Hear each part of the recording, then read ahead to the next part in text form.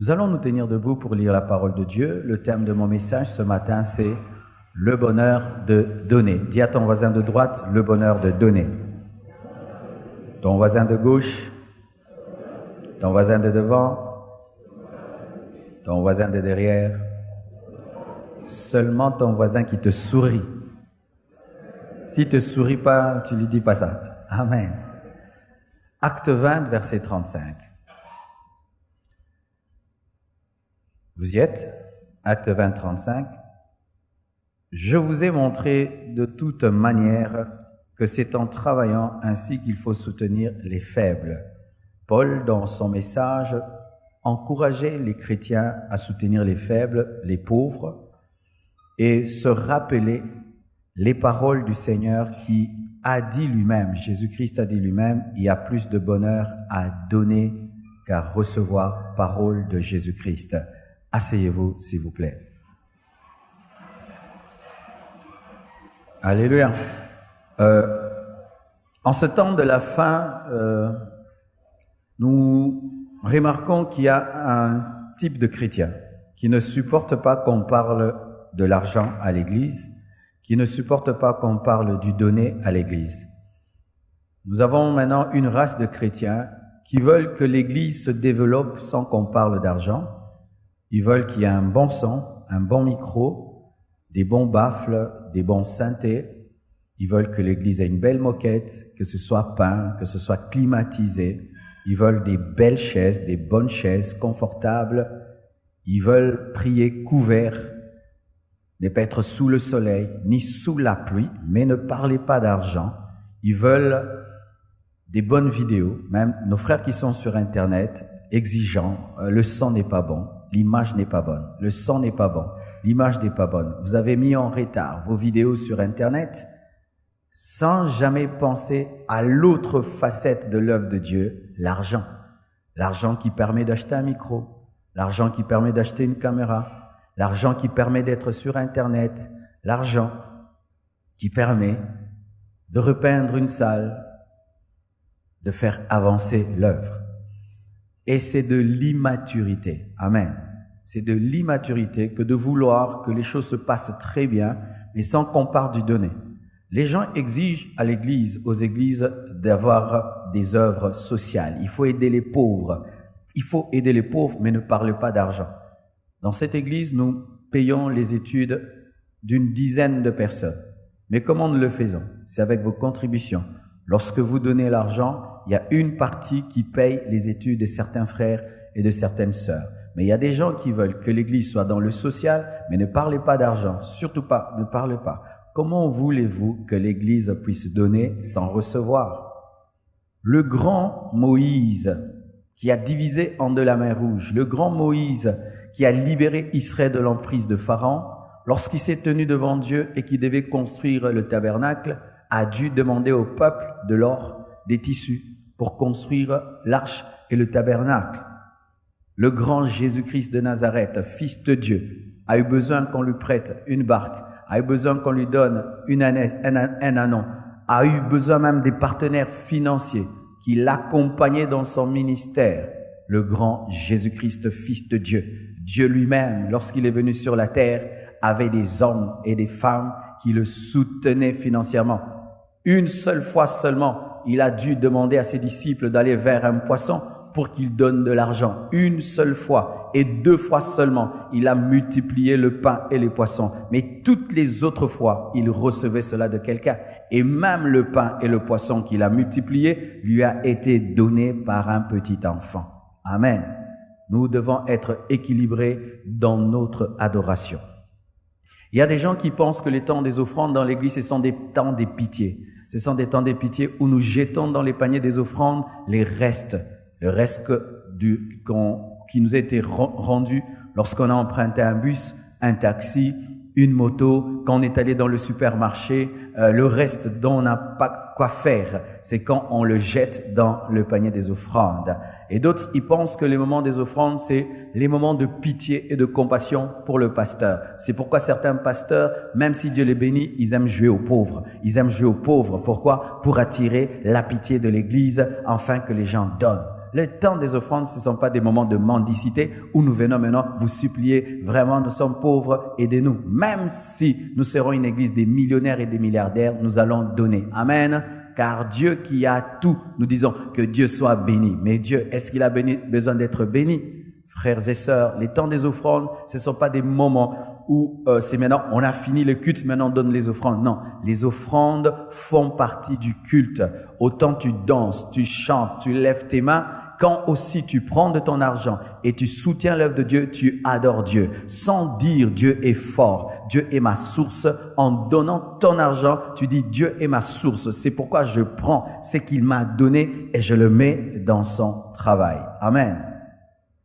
Alors voici un détail. La Bible dit, il y a plus de bonheur à donner qu'à recevoir. La Bible reconnaît qu'il y a de la joie quand on reçoit, mais dit qu'il y a plus de joie quand on donne. Mais il y a la joie quand on reçoit. Mes frères et sœurs, chaque fois que quelqu'un me donne quelque chose que j'aime bien, je suis dans la joie. Et cela est le cas de chacun de nous. Nous sommes toujours heureux lorsque nous recevons. Nous sommes toujours heureux lorsque quelqu'un nous manifeste de l'amour, nous manifeste, fait un sacrifice pour nous. Nous sommes heureux.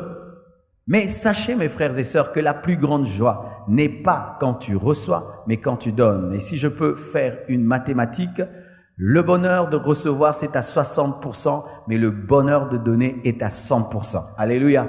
Cette joie que tu ressens quand on te donne, sache que ce n'est pas toute la joie qui existe.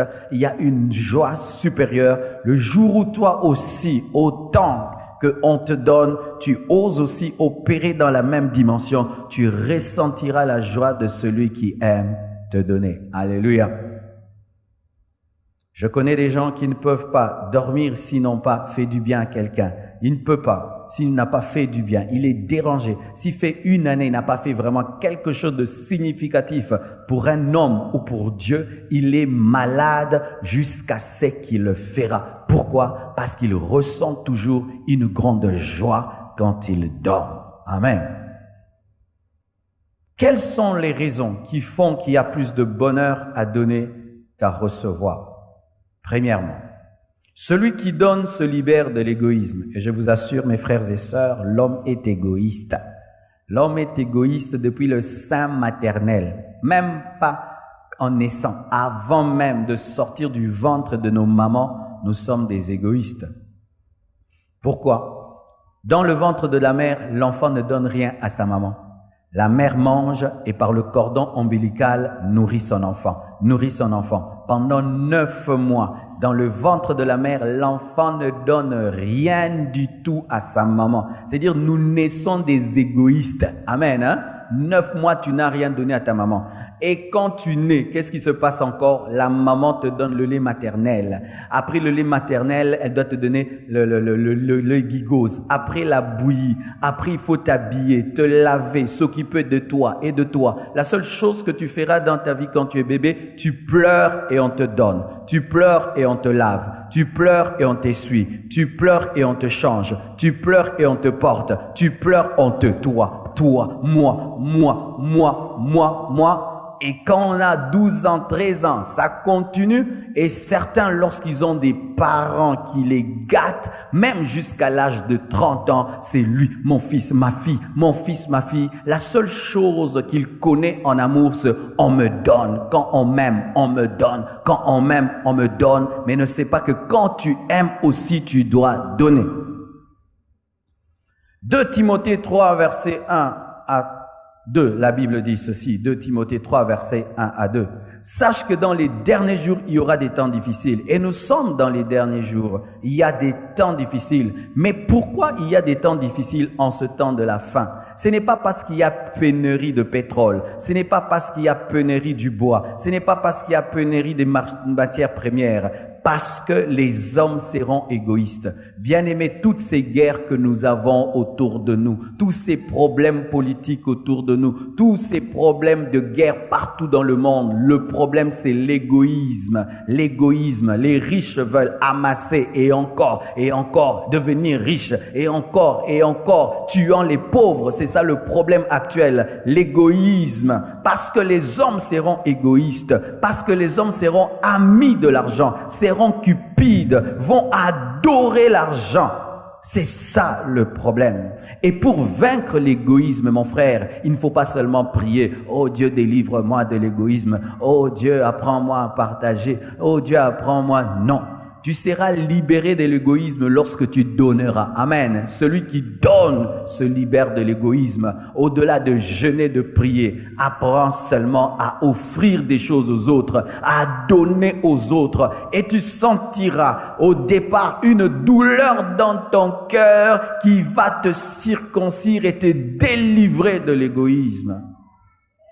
Si en donnant tu auras mal, continue à le faire, tu es en train de te libérer de l'égoïsme. Chers frères et sœurs, des fois tu peux être un très grand égoïste sans le savoir et vérifier un peu dans ta vie. Ta vie tourne autour de qui? Autour de toi-même, tu es un égoïste.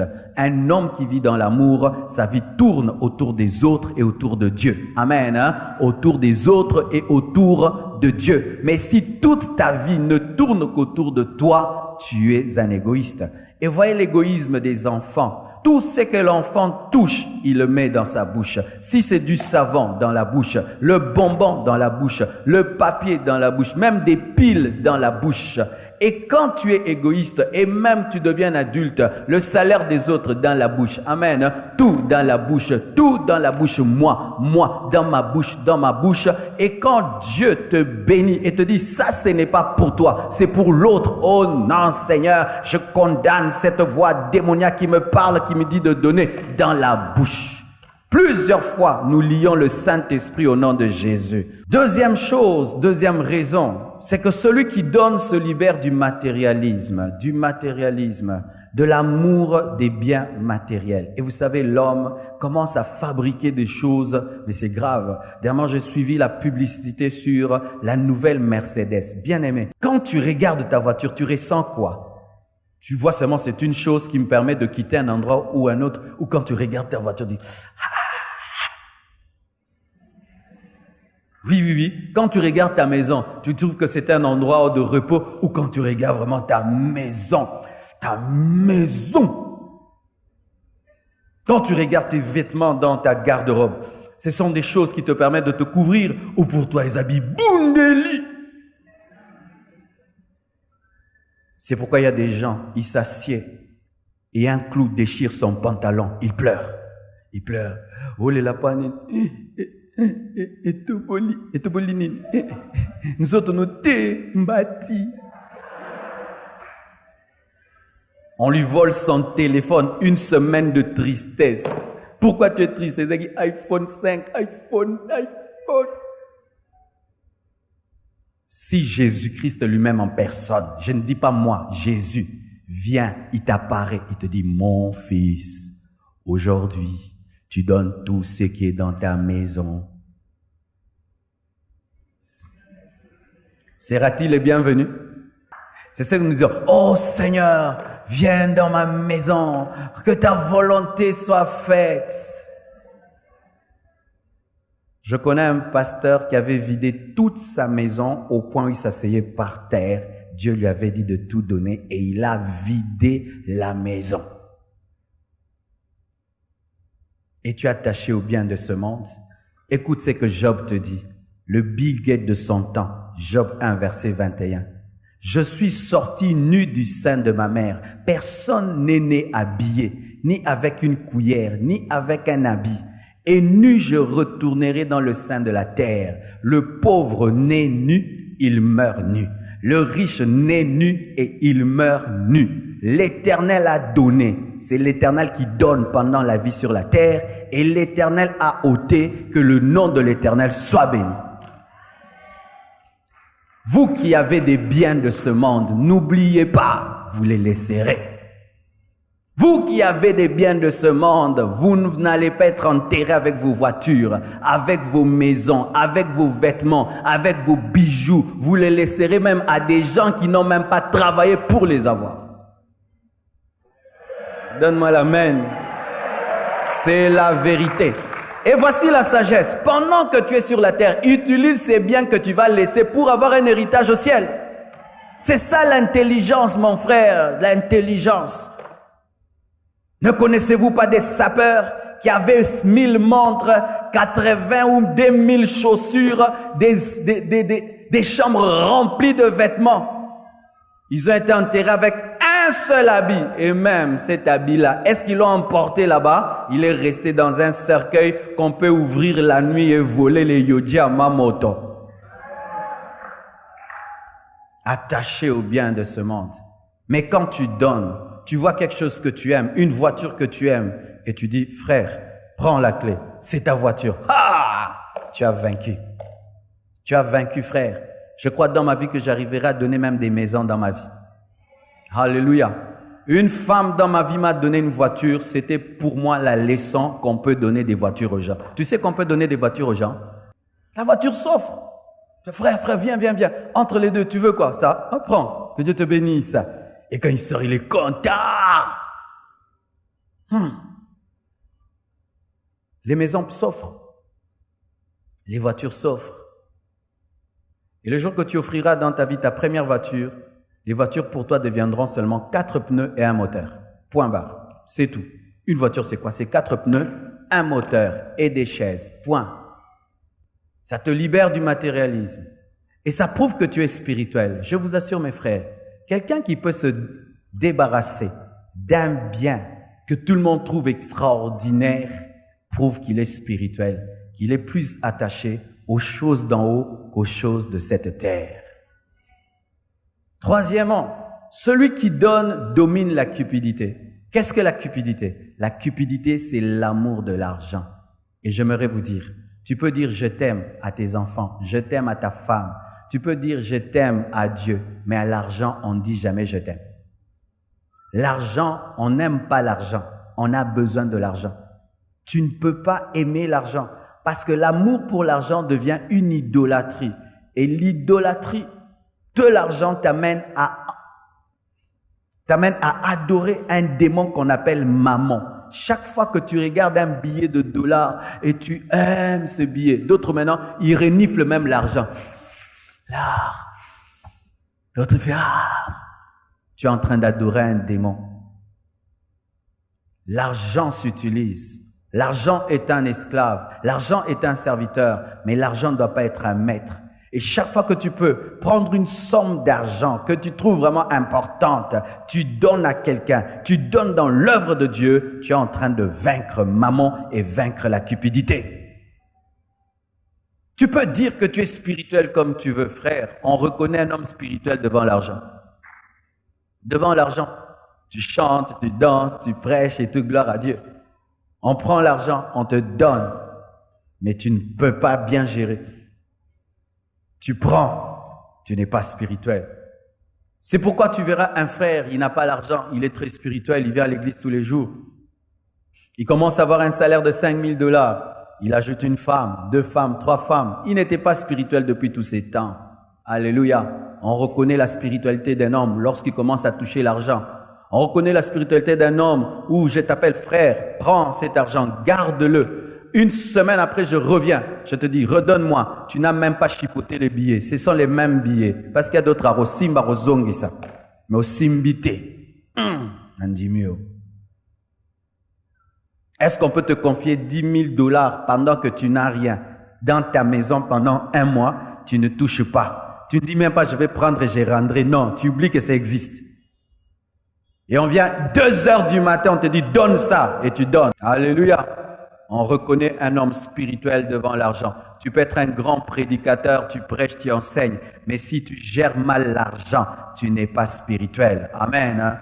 Tu n'es pas spirituel. J'aimerais vous dire, il y a des gens qui sont venus déjà ici, alors qu'il n'y a pas culte. Personne n'est là mardi, au bureau, moi et elle.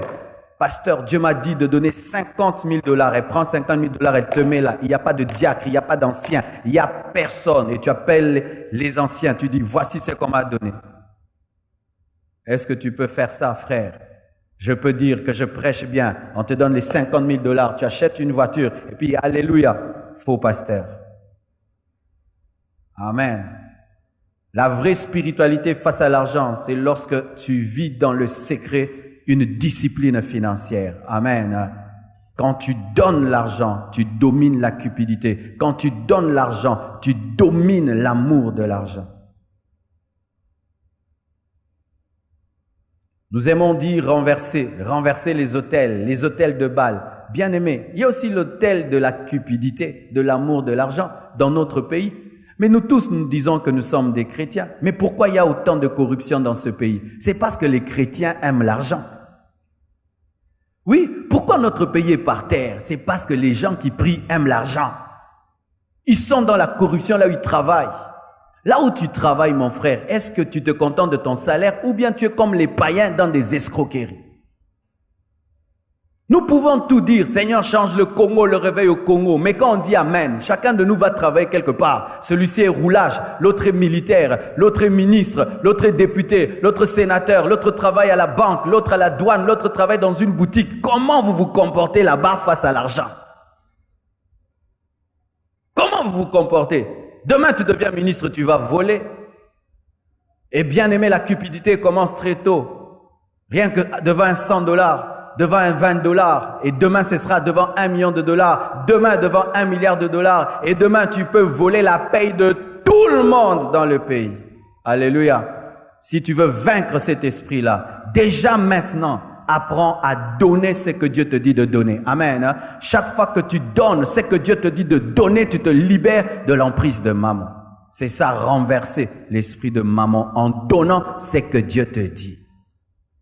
Un grand homme de Dieu, Reinhard Bonnke, priait le Seigneur pour que Dieu le bénisse. Et au lieu que Dieu lui donne directement cet argent, il voulait construire la tente la plus grande au monde et elle coûtait $1 million. Dieu ne donne pas à Reinhard Bonnke. Un homme vient vers Rema Collé, un pasteur qui est en Afrique du Sud, et il apporte sa dîme d'$1 million. Vous imaginez, $1 million et il lui apporte cela. Quand tu lui apportes cela, il commence à rendre grâce à Dieu. Oh Dieu, merci, tu as béni le ministère. La voix de Dieu lui dit, mon fils, ce n'est pas ton argent. Reinhard Bonnke est en train de prier pour que je lui donne la plus grande tente du monde. En soi, je t'ai donné cet argent pour que tu donnes à Reinhard Bonnke.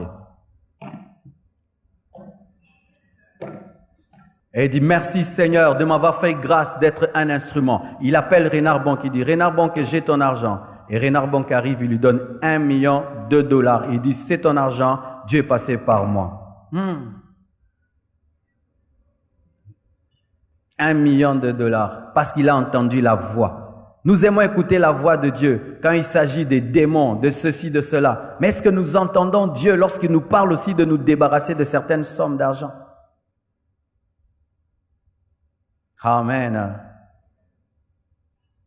Celui qui donne prête à Dieu. Proverbe 19, verset 17. La Bible dit, celui qui a pitié du pauvre, prête à l'Éternel qui lui rendra selon son œuvre. Acclamons cette parole.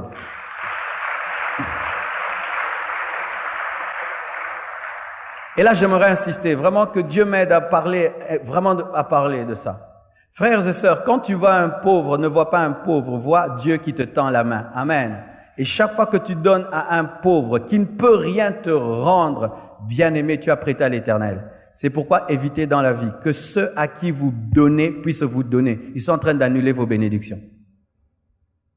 Il y a des gens, tu donnes à quelqu'un puis tu reviens là pour demander. Tu annules tes bénédictions.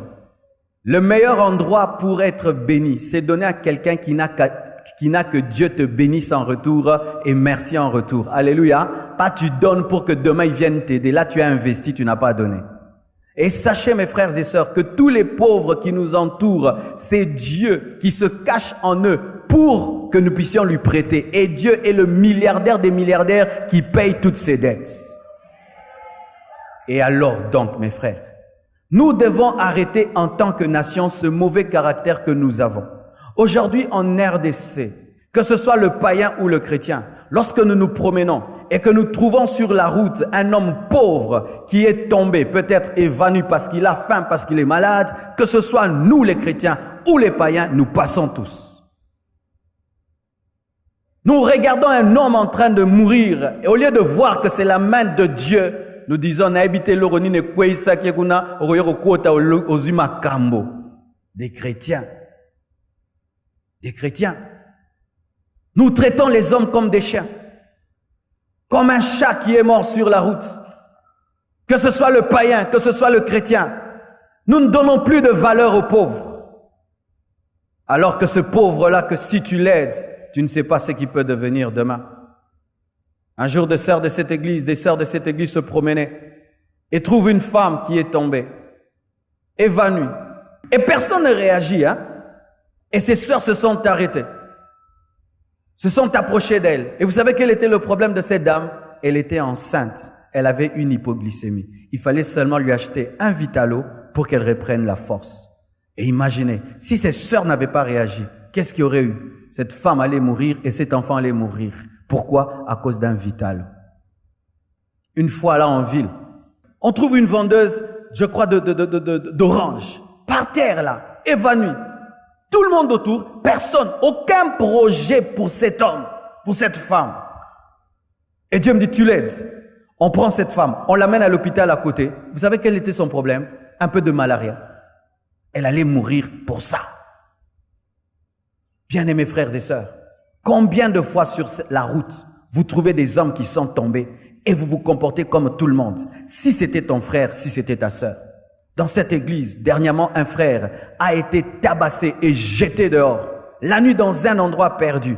Et il crie vers les gens, aidez-moi! Tout le monde fuit. Il a dû se battre, aller vers une sœur de l'église pour être sauvé. On est allé le trouver à l'hôpital.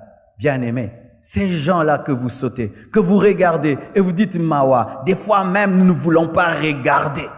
Des chrétiens, des chrétiens, des chrétiens. Si c'était ta sœur, si c'était ton frère, pour qu'on aide quelqu'un, il faut qu'on le connaisse. Et même ces choses, même dans les églises, hein, tu pries à la compassion. Donc pour aider quelqu'un, tu dois prier à la compassion. C'est écrit où dans la Bible, vous n'aiderez que les gens de votre église. Est-ce que le bon samaritain a posé la question à cet homme qui était tabassé, tu es pris où? Alléluia. Est-ce que tu es chrétien? Est-ce que tu es chrétien? Est-ce que pour aider un homme, il faut qu'il soit chrétien? Et d'autres me posent même la question, pasteur, si en venant à l'église, je rencontre un homme qui est tombé malade et je n'ai que ma dîme en poche, qu'est-ce que je fais? Mais tu utilises ta dîme pour le soigner. Mais oui, la vie est plus importante que le principe. La vie est plus importante que le principe. Sinon, bien aimés, nous sommes comme le lévite et le sacrificateur, nous sommes attachés à notre religion alors que la vraie religion, c'est l'amour, c'est la vie. Pensez-vous que Dieu ne bénit que les hommes qui mettent de l'argent dans les paniers? Non, Dieu bénit les véritables paniers. Tu connais le véritable panier? C'est ce frère qui est à tes côtés, cette sœur qui est à tes côtés. C'est un panier aussi d'offrande. Alléluia, c'est un panier d'offrande. Ce sont des paniers d'offrande. Tous les pauvres que vous voyez sur la route, ce sont des paniers d'offrande.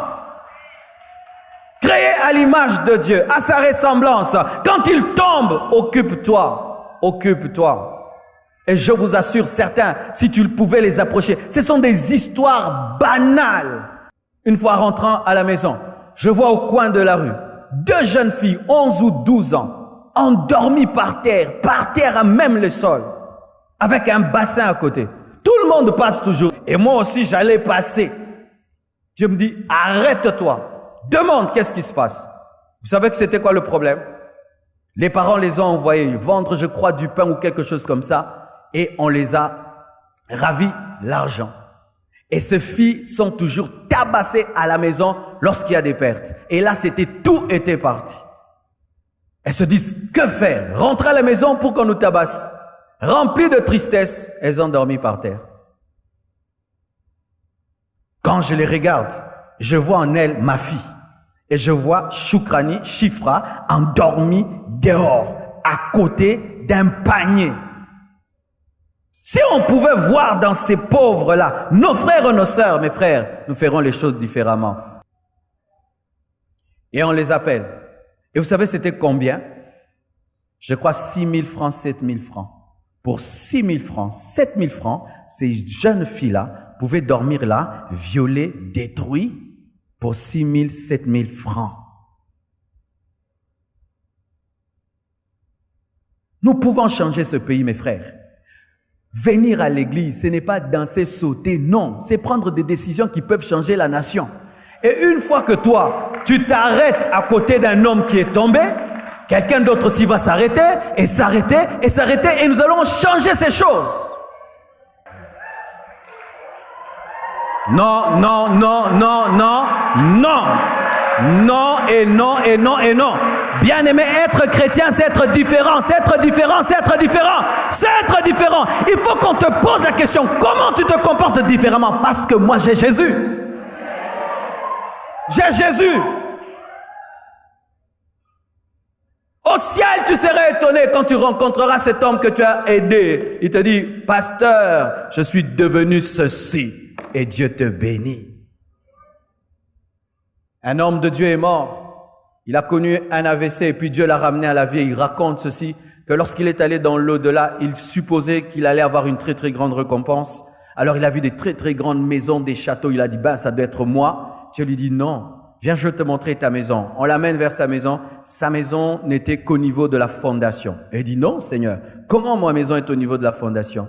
Et Dieu lui dit, au fait, d'ailleurs même si ta maison est au niveau de la fondation, c'est parce que quand tu étais jeune, un jour alors que tu te promenais, tu as rencontré un déshérité, tu as rencontré un homme pauvre et tu lui avais donné ton manteau et un peu d'argent. C'est là que j'avais commencé à construire ta maison. Mais après tout ça, tu faisais tout pour être vu. Tu faisais tout pour être connu. Qui aimerait ça? On te donne et puis 10 personnes avec des caméras. Mais pourquoi tu fais ça aux autres? Des fois, ce n'est même pas des dons, c'est de la politique seulement pour te faire voir. Ainsi, tu donnes 1000 et on te donne 20 000. Chers Congolais, soyez sages. Certains dons ne sont pas des dons, c'est de l'investissement. Alléluia. Celui qui donne enrichit son futur et son éternité.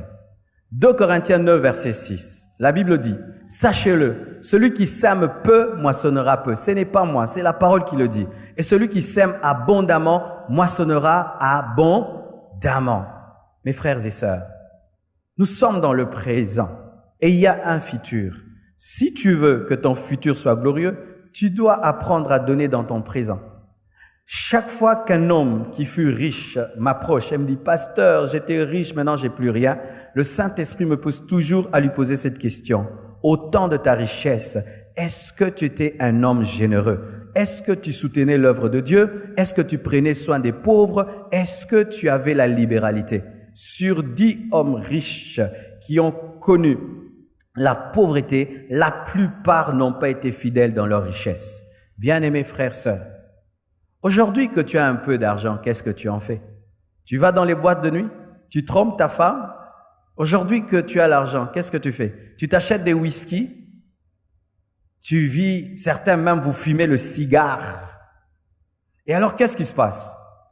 Tu deviens pauvre et tu dis, Seigneur, aide-moi. Il te dit, mais quand je t'avais donné, tu n'as pas pensé à moi. Voici la stratégie, mes frères. Faites toujours que Dieu se retrouve dans votre richesse. Faites toujours que les pauvres se retrouvent dans votre richesse. Faites toujours que l'œuvre de Dieu se retrouve dans votre richesse. Et chaque fois que votre richesse sera attaquée, Dieu attaquera ceux qui vous attaquent parce que votre richesse est devenue sa richesse. Alléluia. Si tu veux que ton futur soit glorieux, dans le présent, tu dois être généreux. Mais j'aimerais vous parler d'un futur encore plus grand, c'est l'éternité. Mes frères et sœurs, un jour nous allons mourir. Et si Jésus-Christ revient, nous serons enlevés. Et tout ce que nous avons sur cette terre restera. Et l'Antichrist va régner dessus. Alors que tu es vivant, voici ce qu'il faut faire. Tu dois convertir tes biens actuels en récompense éternelle. Sachez ceci. Dans le domaine du salut, tous les chrétiens sont égaux. Dans le domaine de l'enlèvement, tous les vrais chrétiens sont égaux. Mais il y a une différence dans le domaine de la récompense. 1 Corinthiens 3, versets 12 à 13 nous le dit si bien. La Bible dit ceci. Or, si quelqu'un bâtit sur ce fondement avec de l'or, de l'argent, des pierres précieuses, du bois, du foin, du chaume, l'œuvre de chacun sera manifestée. Car le jour la fera connaître parce qu'elle se révélera dans le feu et le feu éprouvera ce que l'œuvre de chacun. Nous sommes tous chrétiens. Jésus-Christ est la fondation. Mais certains chrétiens bâtissent avec l'or, d'autres avec du bois, d'autres avec du chaume. Comment ça? Lorsque toi, dans toute ta vie, tu ne fais que donner à Dieu des miettes, des choses qui ne te touchent pas, c'est le bois, c'est le chaume. Mais quand tu donnes à Dieu, que ce soit ton temps, le meilleur de toi, dans ta manière de le servir, tu donnes toujours le maximum, tu bâtis avec de l'or. Avec quoi bâtissez-vous? Avec quoi? Et sachez ceci, Dieu ne regarde pas ce que nous donnons, mais Dieu regarde à ce que nous gardons après avoir donné. Ce qui fait, frère, ne soyez jamais complexés dans le domaine de l'offrande. Un riche peut donner 1000 $ pour Dieu, ce n'est rien du tout parce qu'il était capable de donner 1 million de dollars. Mais toi, tu donnes 10 $, Dieu dit que tu as donné plus que le riche. C'est pourquoi Jésus-Christ avait loué l'offrande de la veuve parce qu'elle avait donné tout ce qu'elle avait alors que les riches donnaient leur superflu. Un grand réveil est arrivé en Corée du Sud. Yonggi était en train de construire l'église et il avait des problèmes financiers. Vraiment, tout était bloqué. Je crois qu'ils avaient même des dettes au niveau de la banque. Alors, il a parlé de tous ses besoins. Et il y a une dame qui était connue dans l'église comme étant une femme très, très pauvre parce qu'elle était même veuve. Elle va s'approcher devant en pleurant. Et qu'est-ce qu'elle avait dans ses mains? Un bol de riz et 2 baguettes. C'est tout ce qu'elle avait dans sa maison. Elle a apporté. Et quand les frères et sœurs de l'église ont vu ça, ils ont dit non, cette femme ne peut pas se dépouiller comme ça alors que nous avons tout. Ils sont venus, ils ont dit au pasteur, rendez à cette femme son bol de riz et ses baguettes, nous allons les acheter à 10 000. C'était moi, je l'achète à 10 000. À 10 000, à 10 000, ça a créé un réveil, de sorte même que les sœurs de l'église acceptaient de couper leurs cheveux et les vendaient pour qu'on puisse construire l'église. Bien-aimés frères, ne dis jamais, c'est eux qui vont donner. Même ton 500 francs, si c'est tout ce que tu as, c'est plus que celui qui a donné 1000 $ alors qu'il pouvait donner 10 000 $. Amen. Alors que tu es sur la terre, prends bien le temps de préparer ton éternité, car il y aura le tribunal du Christ et Jésus-Christ récompensera chacun de nous en fonction de la manière dont il a servi sur cette terre. Sachez aussi ceci. Celui qui donne domine celui qui reçoit. La main de celui qui donne est toujours au-dessus de la main de celui qui reçoit. Et Proverbe 12, verset 24 le dit. La main des diligents, c'est-à-dire des travailleurs, dominera, mais la main des lâches sera tributaire, la main des paresseux. Quand un homme travaille, il gagne et il donne à celui qui ne travaille pas. Quand tu donnes, tu fais ça. Et quand tu reçois, tu fais ça, n'est-ce pas? La main qui donne est toujours au-dessus de la main qui reçoit. Alors si toute ta vie, tu es toujours comme ça, donne-moi, merci, merci, donne-moi, merci, tu es un mendiant. Dans la vie, voici ce qu'il faut faire. À certains endroits et devant certaines personnes, tu dis donne-moi, mais ailleurs tu dis reçois. Amen. Ainsi ta vie des fois, c'est ça et des fois c'est ça. Alléluia. Tu donnes, tu reçois, tu donnes. Mais si c'est tu reçois, sache que celui qui te donne te domine. Bien-aimé, ne vous réjouissez jamais dans une relation lorsque c'est toujours l'autre qui donne et qui donne et qui donne et qui donne. Un jour, il faudrait aussi donner. Amen. Et je connais quelqu'un, lui, son principe, s'il va avec toi au restaurant, tu ne paieras jamais la facture. Jamais. Même si c'est toi qui l'as invité, lorsqu'il faut payer, il se lève et il paye. Et si tu insistes, vous allez discuter 1 heure, 2 heures du temps jusqu'à ce qu'il va payer. Mais il y a d'autres qui aiment ça. Tu vas dans un restaurant avec quelqu'un, il dit « Oh, ne te dérange pas, je paye à ta place. » Oh, gloire à Dieu. Il y a un temps où tu reçois, un temps où tu donnes. Si dans ta vie, tu as un ami à toi, qui te fait toujours du bien, mais toi, jamais tu lui donnes quoi que ce soit, frère, c'est la malédiction. Parce que les Blancs, quand même, il n'a rien à te donner, il va te donner même une fleur. Regardez les mendiants, qu'est-ce qu'ils font? Donne-moi, donne-moi, donne-moi et donne-moi. Et si tu ne donnes pas, ils t'insultent, n'est-ce pas? Et si tu leur dis, prenez 5 000, partagez, qu'est-ce qui se passe? Ils commencent à se chamailler. Pourquoi? Eux, le verbe donner n'existe pas, seulement recevoir. Et je vous assure, j'ai vécu cela quand j'étais enfant. Quand j'étais enfant, une fois, je suis allé à l'école et mes parents m'avaient donné assez pour acheter un sucré et du pain. Et j'avais un ami à côté de moi et il m'a demandé de lui donner du pain et un sucré. J'ai senti que si je partageais, j'allais pas me rassasier. Mais vous savez ce qui m'est arrivé? Le lendemain, je n'avais pas de l'argent. Et lui, qu'est-ce qu'il fera? Sans que je lui demande quoi que ce soit. Il est allé acheter du pain, il a acheté du sucré. Il m'a dit, Tounassi, franc. Frère, j'ai refusé. J'ai eu honte. Parce que c'était une gifle. Ce n'était pas un secret. Bien-aimé frère, il m'avait tapé sans me toucher. Il m'avait corrigé. Alléluia. Celui qui donne est plus puissant que celui qui reçoit. Ah oui, celui qui donne est plus puissant. Pourquoi? Il peut se débarrasser de ce que toi tu n'arrives pas à faire. Alléluia. C'est pourquoi ayez toujours un endroit où vous aussi vous donnez. Amen. Hein? Ayez toujours un endroit où vous aussi vous donnez. Celui qui donne rend heureux son prochain, transforme les vies, devient une source de bénédiction, un instrument de Dieu pour bénir les autres. Lorsque Dieu veut faire du bien sur la terre, il dit, à qui je peux confier cette tâche? Il dit, ah oui, lui. Chaque fois que je lui dis de le faire, il le fait. Alors, bénissez-le. Ainsi, il bénira les autres. Imaginez mes frères et sœurs, un frère qui vient à l'église. Il était un phaseur et aujourd'hui, par la bourse d'études, a quitté la rue, étudie. Demain, il devient professeur d'université. Frère, nous avons été des instruments de Dieu. Une fille qui devait devenir une prostituée, vous lui dites non, ne te prostitue pas. Nous allons commencer à payer tes études. Elle finit ses études, elle devient médecin. Nous avons été des instruments de Dieu. L'homme qui donne devient un instrument de Dieu. Il devient une source de bénédiction. J'aimerais vous donner un secret. Vous êtes là? Faites, arrangez-vous dans vos vies qu'il y ait au moins une personne qui dépend de vous. Une personne qui dépend de votre bénédiction. Une personne qui prie toujours. Seigneur, vois ce que cet homme fait pour moi. Bénis-le. Bien-aimé, vous aurez des vrais intercesseurs dans vos vies. Imagine s'il y a 10 personnes pour lesquelles tu payes le loyer, 10 personnes que tu envoies à l'école, 10 personnes que tu nourris. Frères, sœurs, quand le diable voudra attaquer ta vie, il doit aussi attaquer leur vie. Amen. Hein? Et ainsi, Dieu te protégera parce que tu es un arbre qui protège d'autres arbres. Il ne faudrait pas, mon frère, que lorsque tu meurs, il n'y a personne qui te pleure vraiment. Et ce qui amène cela, c'est la bonté. Amen. Hein? La bonté. Tu as marqué des vies par ta vie. Alors que tu es vivant, marque des vies. Ta vie, ta meurt. Les hommes disent, jamais elle ne mourra. Les hommes présentent seulement sa vie. Elle ne mourra pas. Alors que tu es vivant, alors que tu as les moyens, investis-toi dans la vie d'un homme. Investis-toi dans la vie d'une femme. Tu peux même dire, cette année, je vais transformer la vie d'une personne. Bien-aimé, je t'assure, tu peux transformer la vie de quelqu'un. Il suffit seulement de t'en approcher. Je suis allé dans un voyage missionnaire à Goma. J'ai cru que j'étais allé seulement prêcher.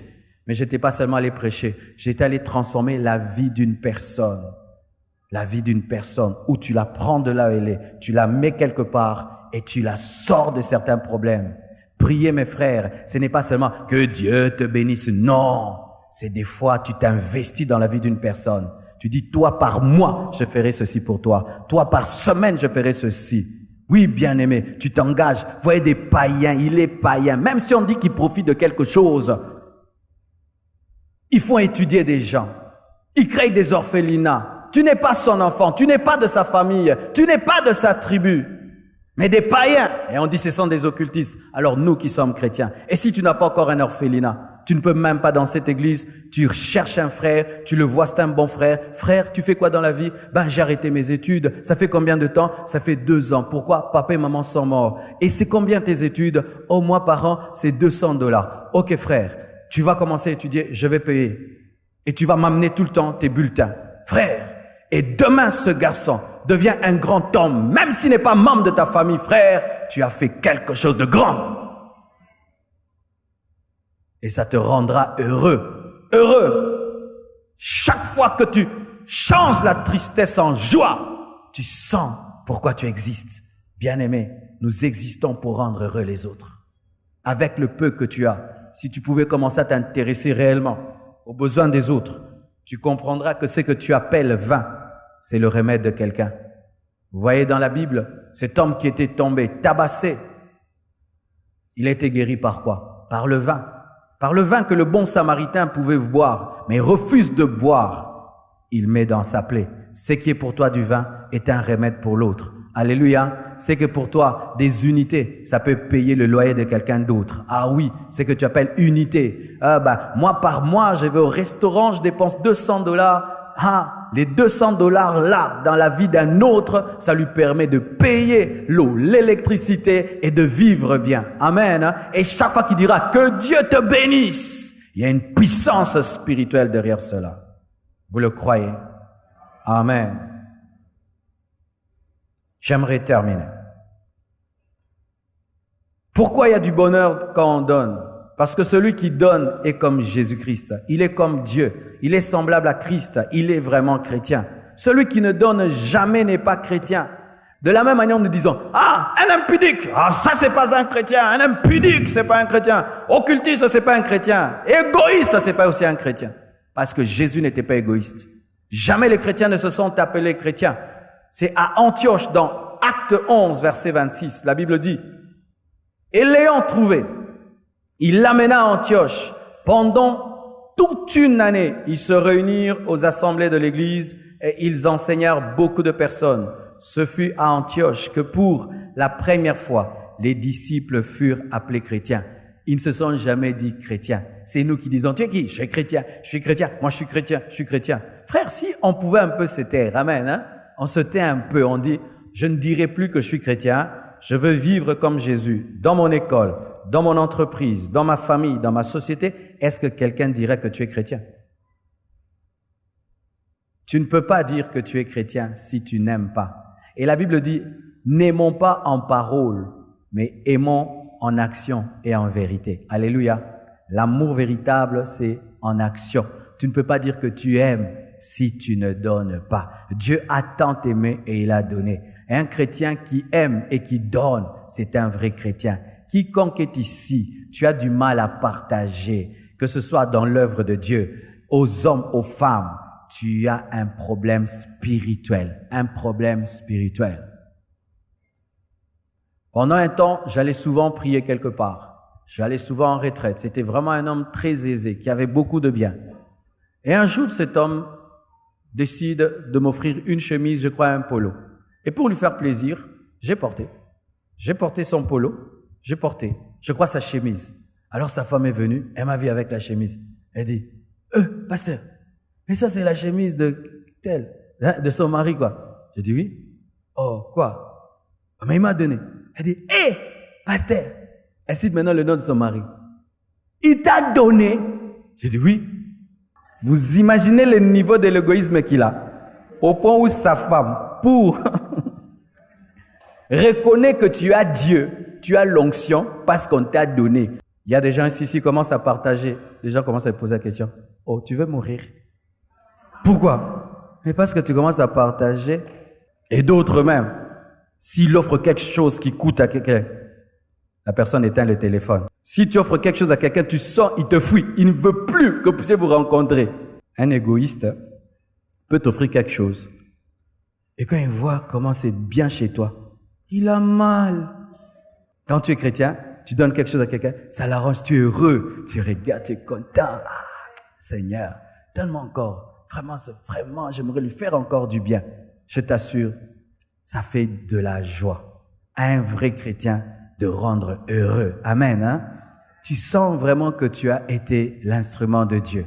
Faites cela et je vous assure, Dieu vous bénira toujours. Soyez comblés de ses grâces.